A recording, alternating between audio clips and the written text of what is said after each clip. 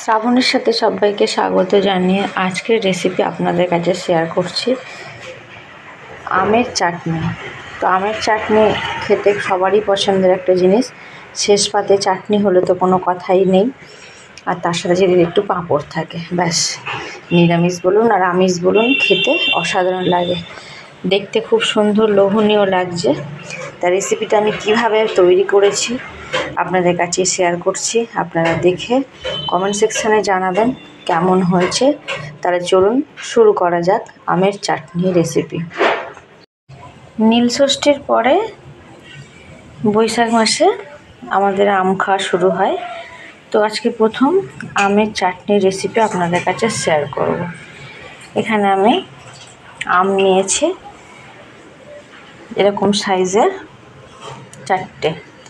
একটু গায়ের রং চেঞ্জ হয়েছে, আবার কিছুটা সবুজ অংশ আছে।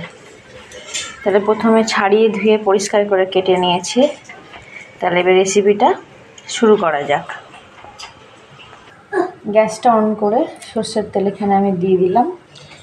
আর আমের চাটনি বানানোর জন্য সর্ষে আর শুকনো লঙ্কা দেব। এখানে 2টো শুকনো লঙ্কা দিয়েছি। 1 সেকেন্ড ভাজার পর সুন্দর একটা গন্ধ বেরোবে। তারপর এখানে আমি আমটা দিয়ে দেবো। তো সর্ষে আর শুকনো লঙ্কা রেডি। এবার আমগুলো দিয়ে দিলাম। একটু ভাজা ভাজা করার পর নুন দেবো প্রথমে।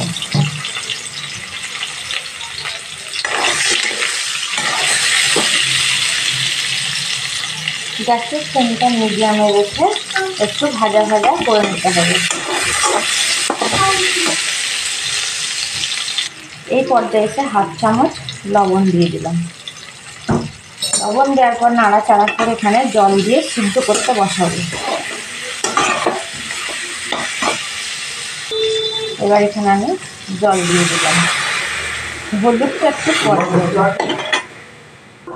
গ্যাসের ফ্লেমটা হাইতে দিয়ে দিলাম। আর এখানে অল্প পরিমাণ হলুদ দিলাম। দিয়ে আমি 5 মিনিটের জন্য ঢেকে দেব।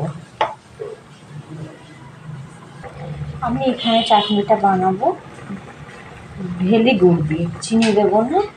তো এখানে এই পর্যায়ে এসে ভেলি গুড় পরিমাণ মতো দিয়ে দিলাম, যাতে টকটা না হয়।